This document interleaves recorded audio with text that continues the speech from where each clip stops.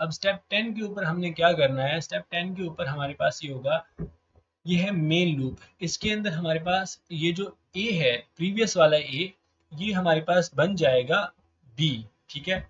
और उसके बाद जो बी है वो हमारे पास बन जाएगा सी विद LS30। अब ये कैसे करना है क्या है ये मैं आगे बताता हूँ, लेकिन उसके बाद हमारे पास जो सी है वो हमारे पास क्या बन जाएगा, डी बन जाएगा नेक्स्ट का।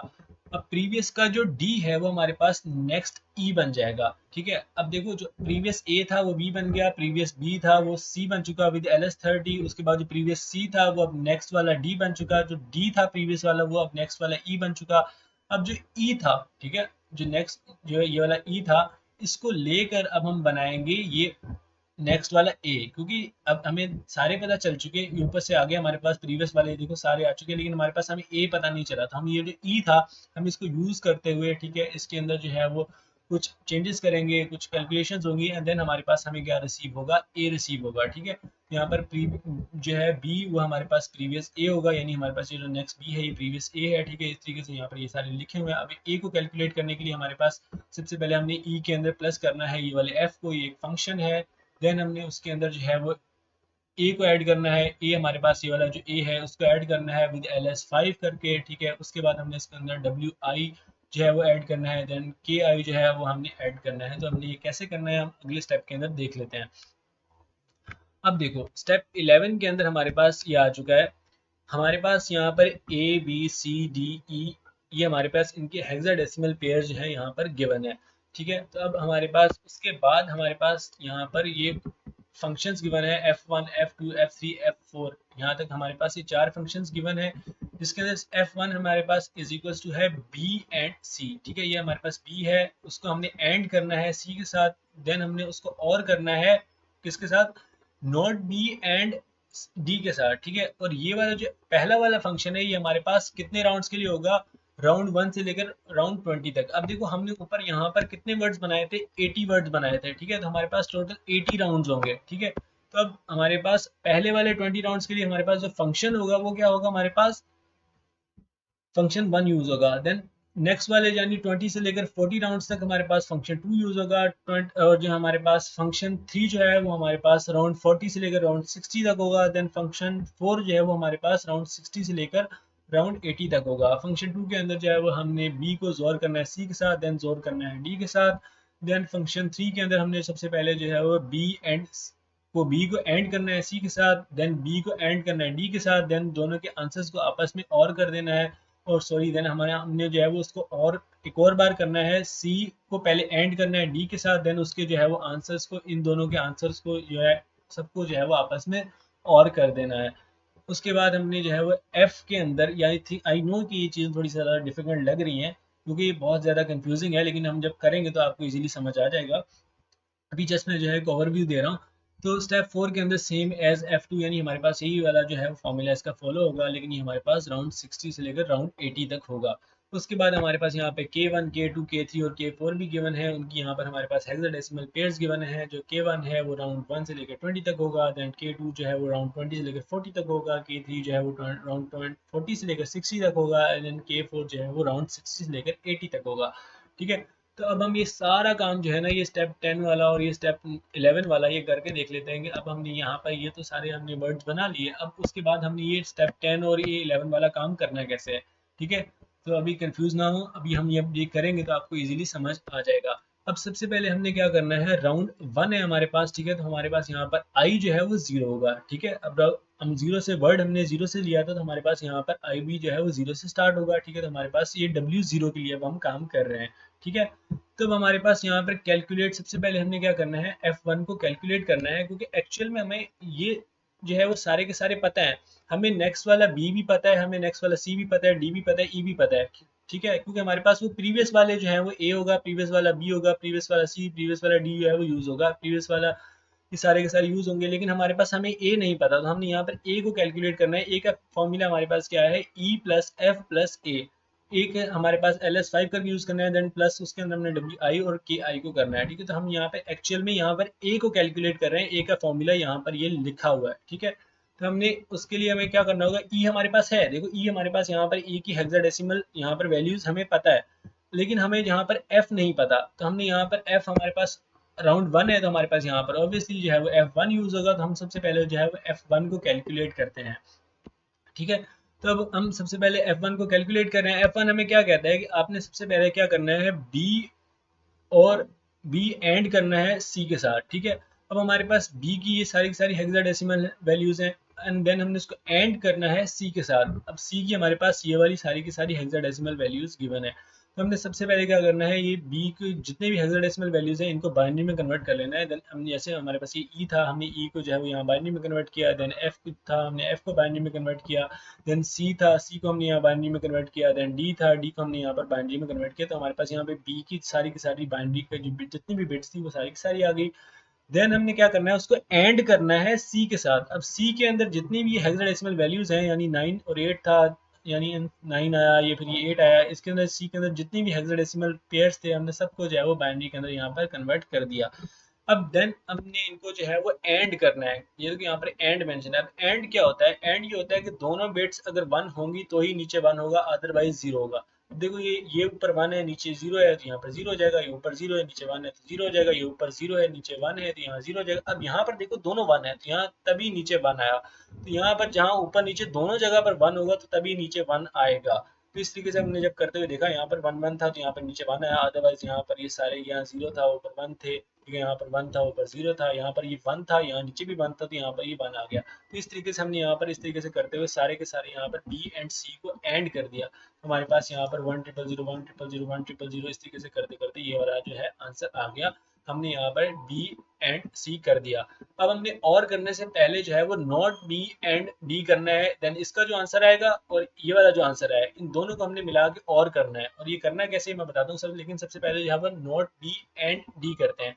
अब नोट बी क्या होगा, नोट बी ये होगा, यानी हमारे पास ये जो नोट ये है ना, हमारे पास साइन जो है लगा हुआ है, ये हमारे पास नोट का साइन होता है। तो हमारे पास नोट बी क्या होगा कि हमारे पास हम इस बी को जितनी भी हेक्साडेसिमल वैल्यूज हैं इनको जब हम बाइनरी के अंदर कन्वर्ट करेंगे तो जो हमारे पास 1 होंगे वो सारे 0 बन जाएंगे और जो 0 होंगे वो सारे 1 बन जाएंगे। ठीक है, तो ये हमारे पास ये बी की बाइनरी होगी, लेकिन अगर हम उसको सारी बिट्स को उल्टा कर देंगे तो हमारे पास नोट बी बन जाएगा। तो हमने सबसे पहले जो है इनको बाइनरी में कन्वर्ट किया, देन उनकी बिट्स को जो है वो उल्टा कर दिया। यानी हमारे पास अगर देखो तो हमारे पास बी के अंदर सबसे पहले हमारे पास ई आता है। ठीक है, तो ई के अंदर हमारे पास जो बिट्स होती हैं वो होती हैं 111 0, लेकिन हमने नॉट बी करना है तो हमने यहाँ पे 111 की जगह पे 000 आ गया और यहाँ पर जहाँ 0 आना था वहाँ 1 आ गया। ठीक है, तो हमने यहाँ पे इनकी बिट्स को जो है वो अपोजिट कर दिया, यहाँ पर नॉट बी आ गया एंड देन हमने उनको एंड करना है। ठीक है, हम यहाँ पर ये वाला काम कर रहे हैं ना, हम सबसे पहले एफ कैलकुलेट करना है तो हमने उनको एंड करना है। एंड के लिए हम यहाँ पर ये जो डी है इसको जो है वो इनकी जितनी भी हेक्साडेसिमल वैल्यूज हैं हमने सिंपली इन सबको जो है वो बाइनरी के अंदर यहाँ पर नीचे कन्वर्ट कर दिया। ठीक है, एंड देन हमने जो है उनको एंड करना है। एंड का मैंने बताया था कि अगर ऊपर नीचे दोनों जगह 1 होगा तभी नीचे 1 आएगा। यहाँ ऊपर भी 0 था नीचे भी 0 था, यहाँ 0 आ गया। देन दोनों जगह ऊपर नीचे दोनों जगह 1 था, 1 आ गया। देन यहाँ अगेन 1 आ गया। देन यहाँ पे ऊपर 111 था नीचे भी 111 था तो यहाँ नीचे भी 111 आ गया। देन ये 0 था। इस तरीके से करते करते जहां पर हमें डबल 1 नजर आए वहीं पर हमारे पास नीचे भी 1 आएगा। ठीक है, तो हमने यहाँ पर इन दोनों को भी एंड कर दिया। अब हमने सिंपली क्या करना है, हमारे पास इस दोनों की हमने ये भी कर लिया, ये वाला भी पार्ट कर लिया। अब इसके बीच में था और हमने जो है वो इन दोनों के आंसर्स को और करना है। अब हमारे पास ये बी एंड सी का आंसर ये आया था। ठीक है, एंड देन हमारे पास नोट बी एंड डी का आंसर ये वाला आया। तो अब हमने सिंपली क्या करना है, इन दोनों के आंसर्स को यहाँ पर और किया। अब हमने सिंपली क्या किया, ये वाला जो आंसर आया था इसको पिक कर लिया, यहाँ पर ऊपर लिख दिया एंड देन हमने और करना है उसको जो है वो ये वाला जो हमारे पास आंसर आया है ये वाला नीचे वाला, हमने इस आंसर को यहाँ पर नीचे पिक कर लिया। ठीक है, एंड देन हमने जो है इनको और करना है। अब और की क्या कंडीशन होती है, और की कंडीशन ये होती है कि ऊपर नीचे जहाँ अगर एक भी 1 आ गया तो नीचे 1 आ जाएगा, अदरवाइज 0 होगा। अगर दोनों 1 होंगे तभी 1 होगा, अगर ऊपर नीचे एक भी 1 आ गया तो नीचे 1 आ जाएगा। लेकिन यहाँ पर इन दोनों के अंदर 0 0 था तो यहाँ पर 0 ही आएगा। लेकिन इन अब देखो यहाँ पर ये 0 था नीचे 1 था, एक भी 1 आ गया तो नीचे 1 आ जाएगा। और ऊपर 0 था नीचे 1 था 1 आ गया, ऊपर 1 था नीचे 0 था 1 आ गया। देखो यहाँ ऊपर 0 थे लेकिन यहाँ नीचे तीन बार जो है वो 1 1 आया तो यहाँ नीचे भी 1 ही आ गया।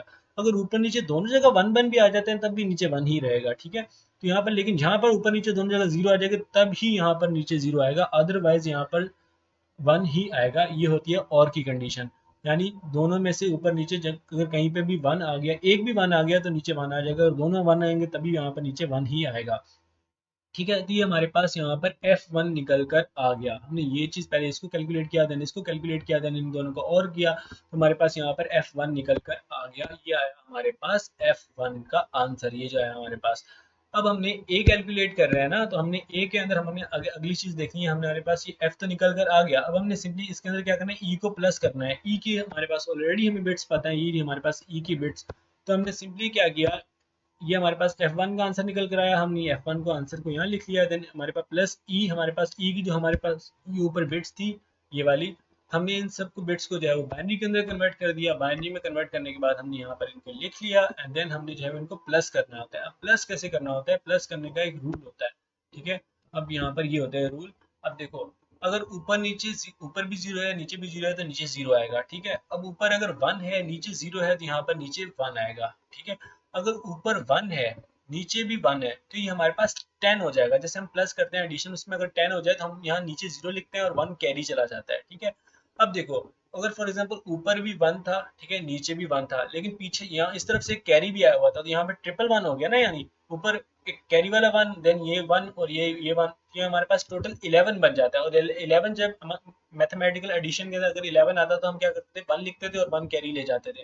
तो वही वाला काम यहाँ पर हो जाएगा। अगर ट्रिपल वन आ गया तो हमारे पास एक वन नीचे आ जाएगा, एक वन कैरी चला जाएगा। अगर वन वन आएगा तो हमारे पास 10 वाली कंडीशन हो जाएगी, जीरो लिखेंगे और वन कैरी चला जाएगा, ठीक है। तो इस तरीके से होती है इसकी एडिशन। तो हमने यहाँ पर एफ जो हमारे पास निकल कर आया है और जो ई की बाइनरी थी हमने जो है वो सबको लिख लिया। अब हमने इसको जो है वो ऐड करना है। हम इसका एडिशन करके देख लेते हैं। यहाँ पर जीरो जीरो था तो जीरो आ गया, ये वन जीरो था तो हमारे पास वन आ गया, ये भी वन जीरो था वन आ गया, ये भी वन जीरो था वन आ गया। अब देखो वन वन आया तो यानी ये 10 हो गया, ठीक है। अब ये 10 आया तो हमारे पास यहाँ पे जीरो आया और वन कैरी चला गया। अब वन यहाँ ऊपर कैरी चला गया और यहाँ पर नीचे भी वन वन है, तो यानी ये 11 वाली कंडीशन हो चुकी है। यानी ये जो ऊपर मैंने बताया था ये ट्रिपल वन वाली कंडीशन बन चुकी है, क्योंकि यहाँ पर वन वन ऑलरेडी था ये वाला, ठीक है। ये वाला वन वन यहाँ पर ऑलरेडी था, लेकिन ऊपर से प्रीवियस जो है वो वन जो है वो कैरी आया हुआ था ये वाला जो है यहाँ पर।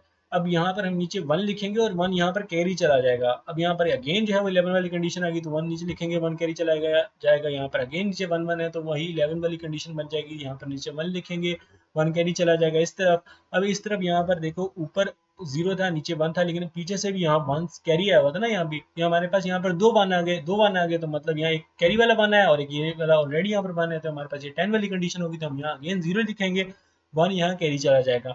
अब यहाँ पर जो कैरी वन आया है, लेकिन यहाँ नीचे जीरो जीरो है, ये भी जीरो है, ये भी जीरो है, तो हमारे पास यहाँ पर वो वन यहाँ लैंड कर जाएगा। यानी हमारे पास जो यहाँ से कैरी चला था वो यहाँ पर चलते चलते चलते यहाँ तक आया और यहाँ पर जाके लैंड हुआ। उसके बाद हमारे पास ऊपर वन था नीचे जीरो था, अगेन वन आ गया। इस तरीके से करते करते हम जो है वो इसकी बाइनरी एडिशन करनी है, ठीक है। अब देखो, यहाँ पर ये वन यहाँ पर नीचे आया, ये भी जीरो जीरो यहाँ पर जीरो आया, ये हमारे पास यहाँ जीरो वन था तो यहाँ पर वन आ गया। अब देखो, यहाँ पर वन वन था ना, तो ये हमारे पास 10 हो गया। 10 का हमारे पास जीरो आया और हमारे पास वन जो कैरी था वो आगे चला गया और वो फिर आगे कुछ था नहीं तो यहाँ पर नीचे लैंड कर गया। अब देखो, ये सारी की सारी 32 बिट्स थी, ठीक है।